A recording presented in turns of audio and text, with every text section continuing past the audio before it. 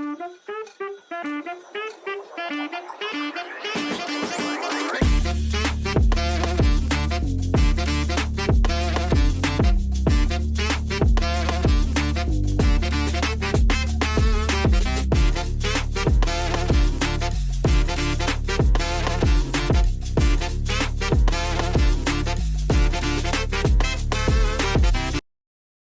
wil u vanoggend sê? En as ek vanoggend 'n titel, die kinderkerk moet uitgaan. Daar is sy. Kyk, ek is net baie dankbaar vir een ding vanmôre. En dit gaan nou vanoggend, ek spring nou in my hele boodskap vooruit en ons weet dit almal, maar kyk, as ek nou hier 'n paar woorde neer moes skryf en dit nou net vanoggend vir julle moes sê, ek so dankbaar. Hierdie hang nie van my af nie. Ek is so dankbaar dat sonder die Heilige Gees is hierdie leefwoorde op die papier. So ek vertrou die Heilige Gees, al vergeet ek die kinderkerk, al pos ek wanneer pastoor vir my so wys en so, dit gaan nie oor my nie, dit gaan oor Jesus. Mag die Heilige Gees vanoggend kom doen wat hy wil doen in elkeen van ons se lewens. So as ek vanoggend 'n titel aan my boodskap moes gee, sou ek vra, wat gaan hier aan? Dit sou my titel wees, wat gaan hier aan? Jesus sê in Handelinge 1 vers 4 en 5, toe hulle saam aan tafel was, het hy vir hulle beveel, hy het hulle die opdrag gegee en gesê, moenie van Jerusalem af weggaan nie, maar bly wag op die gawe wat die Vader beloof het, soos julle van my gehoor het. Johannes het wel met water gedoop, maar julle sal binne 'n paar dae met die Heilige Gees gedoop word. Nou as ons woord oopmaak, ons skrif oopmaak en ons kan dit doen, blaai na Handelinge 2, waar ons juis lees van die bovertrek wat daar gebeur het, dan lees ons dat daar 120 volgelinge van Jesus juis in die bovertrek wag. Waaronder die toe nou weer 12 disippels, want hulle was 11, maar hulle het vir Matthias verkies as 'n disipel. En dan ook lees ons dat Jesus se moeder, Maria, ook teenwoordig was onder hierdie volgelinge. En dis die laaste keer wat Maria genoem word in die Nuwe Testament. Net so, ter inligting het ek dit raak gelees. En dit was vir my, miskien het jy dit geweet, maar dit was vir my baie interessant geweest. So op Pinksterdag, terwyl almal bymekaar was, het daar 3 noemenswaardige verskynsels plaasgevind. Die een was, dit was hoorbaar. Mens kon hoor wat gebeur. Die tweede ding was, dit was visueel, want jy kon sien wat gebeur. En die derde ding was, dit was verbaal. So as ons kyk na Handelinge 2, vers 2, dan staan daar, skielik was daar in die lug bokant hulle 'n geluid soos van 'n geweldige stormwind, en dit het die hele huis gevul waar hulle bymekaar was.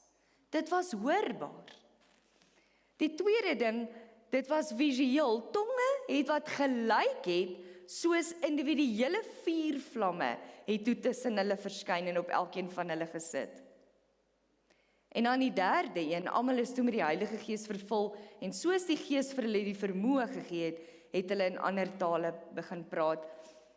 Nou, wat vir my interessant was hier is, die tonge wat gelyk het soos individuele vuurvlamme. As ons terug kan onthou, God wat in die brandende bos verskyn het, was een hele vuur. Hier's 4 tonge, so dit lyk soos 4 tonge, dit word verdeel. So, ek het 'n vorige keer al gesê, dat as Jesus nie die Heilige Gees gestuur het nie, sou ons heel waarskynlik almal moes vlieg, om in 'n ry te gaan staan, en oor 'n paar maande vir Jesus dalk te gesien het, want ek dink, ons gaan definitief almal wou gaan, né? So ons gaan moes wag, om hom te kon sien. Maar Jesus sê, dis vir julle goed dat ek weggaan, want ek stuur vir julle helper. Ek stuur vir julle 'n ander helper, die Heilige Gees. En elke een van ons het God individueel in ons lewe nou. Hoe groot is dit nie? Om te besef, God is in ons. God is in ons. Dis nie een of ander force nie. Ek ken nou glad nie die nie, maar ek dink dadelik toe ek nou praat van force, may the force be with you, daai goeters. Ek ken dit nou glad nie, maar dis nie een of ander force nie. dis nie dit. Ek kan nou iemand vra, maar hy gaan weer agter die goed induik. So, ja, en dit is nie een of ander force nie. Dit is die Heilige Gees, God. Hy's 'n persoon. Hy's die derde persoon van die drie-eenheid. So as ons dink ons wil een of ander, ek wil nou nie eers die woord gebruik, maar as ons een of ander ding wil laat gebeur net deur die Heilige Gees, nee, hy's God. Hy's God.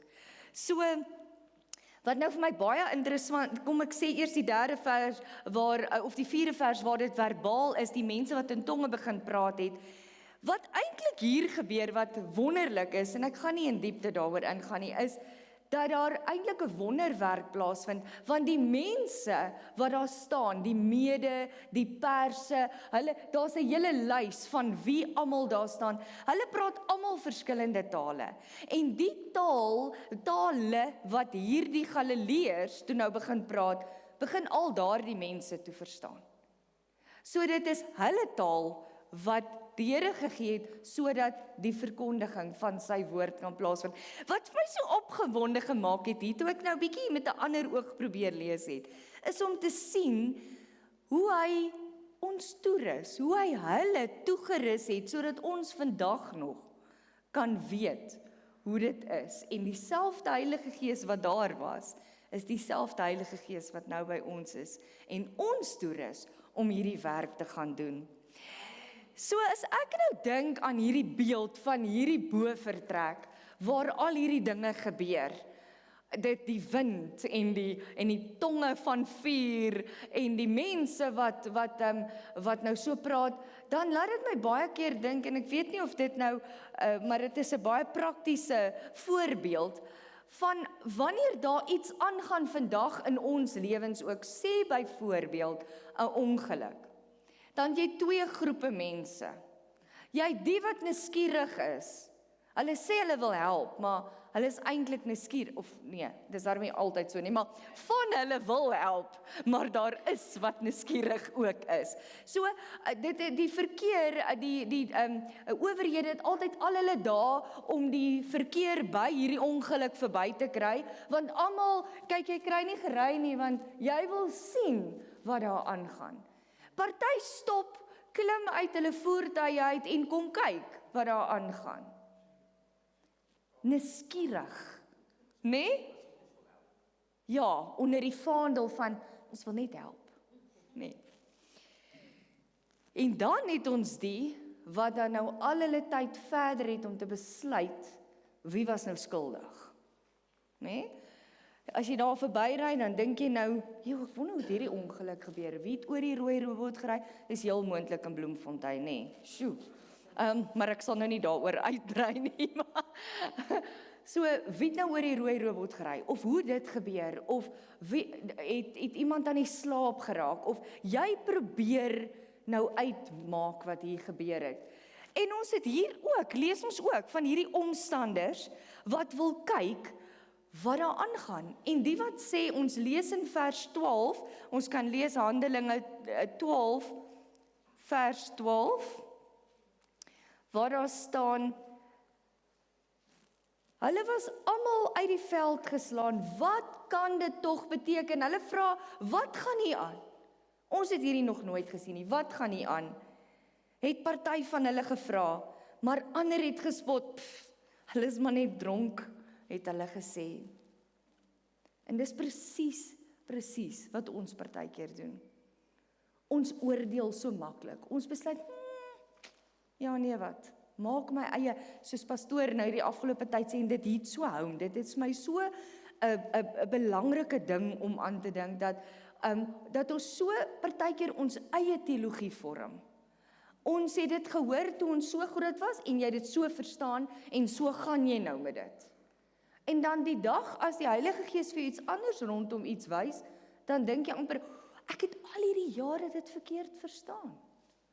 Want ons vorm baie keer en ek dink partykeer is dit regtig uit 'n plek uit van ek is so honger vir die woord. Ek wil so graag verstaan wat hier staan. En dan is dit juis een van die redes hoekom die Heilige Gees uitgestort moet word. Want in my en in jou verstand gaan ons nie verstaan. Sonder die Heilige Gees is tot hierdie woord 'n boek met skrif opgeskryf. As hy dit nie vir ons lewendig maak nie, dan verstaan ons dit nie. So, kom ons staan nou net 'n oomblik dan by die volgende vers stil, wat sê, toe staan Petrus saam met die 11 ander disippels op. Hy het die skare met 'n harde stem toegespreek. Jode en almal wat in Jerusalem woon, neem nou deeglik kennis en luister goed na wat ek gaan sê. Julle moet nou goed luister. Party van julle beweer hierdie mense is dronk, en dan verduidelik hy vir hulle, in 'n baie kort manier, gee hy min aandag aan hierdie. Hy lê nie die klem op hierdie, hy sê net vir hulle, dis te vroeg in die oggend. Julle is verkeerd, dis nie waar nie. Hierdie mense is nie dronk nie. Hy spandeer die res van sy toespraak, spandeer hy om te sê, dit is wat hier aangaan. En ons gaan nou in diepte kyk na wat hy daar sê. Maar voor dit wil ek vir 'n oomblik stil staan by Petrus. Toe ek hierdie lees, toe onthou ek, dat soos wat hierdie mense 'n etiket op hierdie mense gesit het hier in die bovertrek en sê, julle is dronk, spot, julle is dronk. So is daar partykeer 'n etiket op my of op jou, vir wat ons al in ons lewe gedoen het, of met ons gebeur het, deur verkeerde keuses, en Petrus is die man van die dag, wat hierdie toespraak gaan lewer, hierdie boodskap gaan bring, dieselfde Petrus, as wat Jesus verloon het, toe die haan gekraai het, Jesus omgedraai het, en vir Petrus aangekyk het. Dis dieselfde Petrus. Dis dieselfde Petrus, wat Jesus, wat ek dink hy het weggekruip, hy het weggekruip, en na Jesus se opstanding was die opdrag aan die vroue, toe hy by die graf kom, om vir Jesus se disippels, en in die besonder vir Petrus te gaan sê, dat hy so lank vooruit gaan na Galilea toe. Dit sê vir ons, Jesus het vir Petrus vergewe, na hy bitterlik gehuil het. Hy het berou gehad oor dit, want hy was eintlik vol bravade voor dit. Nee, Here, almal sal dit doen, nie ek nie. Ek sal sterf, maar ek sal U nie verloon nie. En toe sê juis hy wat dit doen. En Jesus doen moeite. In Johannes 21 sê hy hoe hy herstel gebring het, hoe hy restaurasie gebring het, hoe hy heling gebring het, toe hy vir Petrus gesê het, volg my as my disipel. En dit was vir my baie kosbaar gewees, toe ek dit lees. Want hierdie selfde Petrus was een van die 120, wat daardie oggend die Heilige Gees ontvang het, of daardie dag die Heilige Gees ontvang het. En toe dit gebeur, dan sien ons Dr. Jim Boyce beskryf Petrus se boodskap as 3 goeters. Hy sê eerste, dis Bybel gefundeerd, en dis presies as ek en jy getuienis lewer, wat hy wil hê ons moet doen. Of hier waar ek vandag staan, as ek 'n boodskap voorberei, of wie ook pastoor wat dit nou meer gereeld doen, maar dan is dit presies. Die eerste ding is, dit moet Bybel gefundeerd wees. Handelinge 2 vers 16 tot 18 sê hy, nee, hier gebeur wat God deur die profeet Joël gesê het, so sal dit in die laaste dae wees, sê God. Ek sal my gees uitstort op alle mense. Julle seuns en julle dogters sal as profete optree. Julle jong mense sal gesigte sien. Julle ou mense sal drome droom. Ja, op my dienaars. Daar's die belangrike ding. Op my dienaars en my dienaresse sal ek in daardie dae my gees uitstort en hulle sal as profete optree. So die eerste belangrike ding wat ek hier raak lees, en dit gaan nou aansluit by die tweede deel, is dat Jesus, wat die weg, die waarheid en die lewe is, ons moet eers deur hom gaan. dan ontvang ons die Heilige Gees. So wanneer ek wedergebore word, dan word ek gedoop met die Heilige Gees. Christus gesentreerd is die tweede ding. God het Jesus van Nasaret aan julle bekend gestel deur die kragtige dade, die wonders en die tekens wat God hom by julle laat doen het. Daarvan weet julle self. God het besluit en het vooruit bepaal om hom aan julle uit te lewer en julle het hom deur heidene aan die kruis laat spyker en hom doodgemaak. So die derde ding is dat hy dit met vrymoedigheid gesê het. Hy het nie mooi stroop om mense se lippe probeer smeer nie. Hy het met boldness, met vrymoedigheid kon hy hierdie boodskap oordra, want die Heilige Gees in hom, God in hom, het gemaak dat hy nie hoef bang te gewees het nie. Die Engels is, hy het fearlessly, het hy dit. En dis maklik om met iemand Jesus te deel, wanneer dit 'n ander kind van die Here is. Maar wanneer jy in 'n situasie of in 'n omgewing is, wanneer ons in 'n situasie of 'n omgewing is, waar ander mense nie glo nie, dan is dit baie moeilik om Jesus te deel. En ek dink, dan besef ons eers, ons kan dit nie uit onsself doen nie. Ons het die Heilige Gees nodig. So, wat gaan hier dan nou eintlik aan? Wat beteken dit vir jou en vir my vandag, dat die Heilige Gees uitgestort is? Wel, kom ons begin sommer maklik, deur 'n kort stukkie, dis regtig vandag 'n kort boodskap. Dis regtig vir my net, dit het by die punt uitgekom waar ek net besef het, sonder die Heilige Gees is ons soos 'n leedop. Ek dink ons kan dit so beskryf. Ons is soos 'n leedop. Daar is geen geestelike lewe sonder die Heilige Gees nie. As ons vanoggend nie die Heilige Gees gehad het nie, hoekom was ons hier by mekaar? Dit sou 'n Christelike sosiale funksie gewees het. Want die Heilige Gees sal nie betrokke wees nie, en sonder hom kan lewens nie verander word nie. Amen. So dis nodig dat hy die leedop wat ons is kom vul, sodat daar nie net verandering kan plaasvind nie, maar ook dat die verandering wat in ons plaasgevind het, ons dit kan uitdra, sodat dit weer by iemand anders. Dis die hele idee. Jesus het gesê, gaan dan uit en maak disippels. Ons kan dit nie uit ons eie uitdoen nie, en tog wil ons so graag. Ons wil so graag baie keer, weet jy, ek is nou so moedeloos al, want ek praat en ek praat en ek praat en hulle luister nie. Bid en bid en bid en vertrou die Heilige Gees. Dis wat ons moet doen. Bid en bid en bid, want nie ek of jy kan iemand oortuig nie. Die Heilige Gees kan. Amen. En daarom het ons hom nodig. En daarom vanoggend ons hierdie liedjie sing, ek bring aanbidding, Heer. Ek lê my lewe voor U neer. Dis die begin. Ons het so 'n paar weke terug Sondag aand gepraat oor die koringkorrel wat moet doodgaan in die grond, sodat hy kan ontkiem, sodat daar vrug gedra kan word. En dit was vir my 'n beeld gewees wat ek in my lewe nooit weer sal vergeet nie. Want die Heilige Gees het vir my daar kom verduidelik dat ek niks uit myself uit kan doen nie. Want ons probeer. Ons weet hierdie goed, maar ons probeer dit. Daai dag het ek besef, iets wat dood is, kan niks doen nie. So, as daai koringkorrel gesterf het, dan kom die vrug daaruit. Want die Heilige Gees bring die vrug daaruit. So, John Bevere het iets gesê, en dit het my so geraak. Hy sê, ons skik baie keer vandag vir die atmosfeer, vir die ligte. Hoe mooi, kyk, ons het 'n mooi kerk, dit is so. En dit is so lekker om hier te kan, dis lekker om in 'n mooi atmosfeer te wees. En dis belangrik ook, maar dit mag nooit die plek vat van die teenwoordigheid van die Heilige Gees nie. Amen. En in vandag se tyd skik ons so maklik vir die ligte, vir die show, vir die gevoel. Julle, ek het hoendervleis gekry. Ek kry ook hoendervleis van die Heilige Gees. Dis twee verskillende goed, maar julle, ek het hoendervleis gekry toe ek daai klankstelsel hoor. En weet julle wat, jy daai ligte gesien, en dis wonderlike middele wat ons het.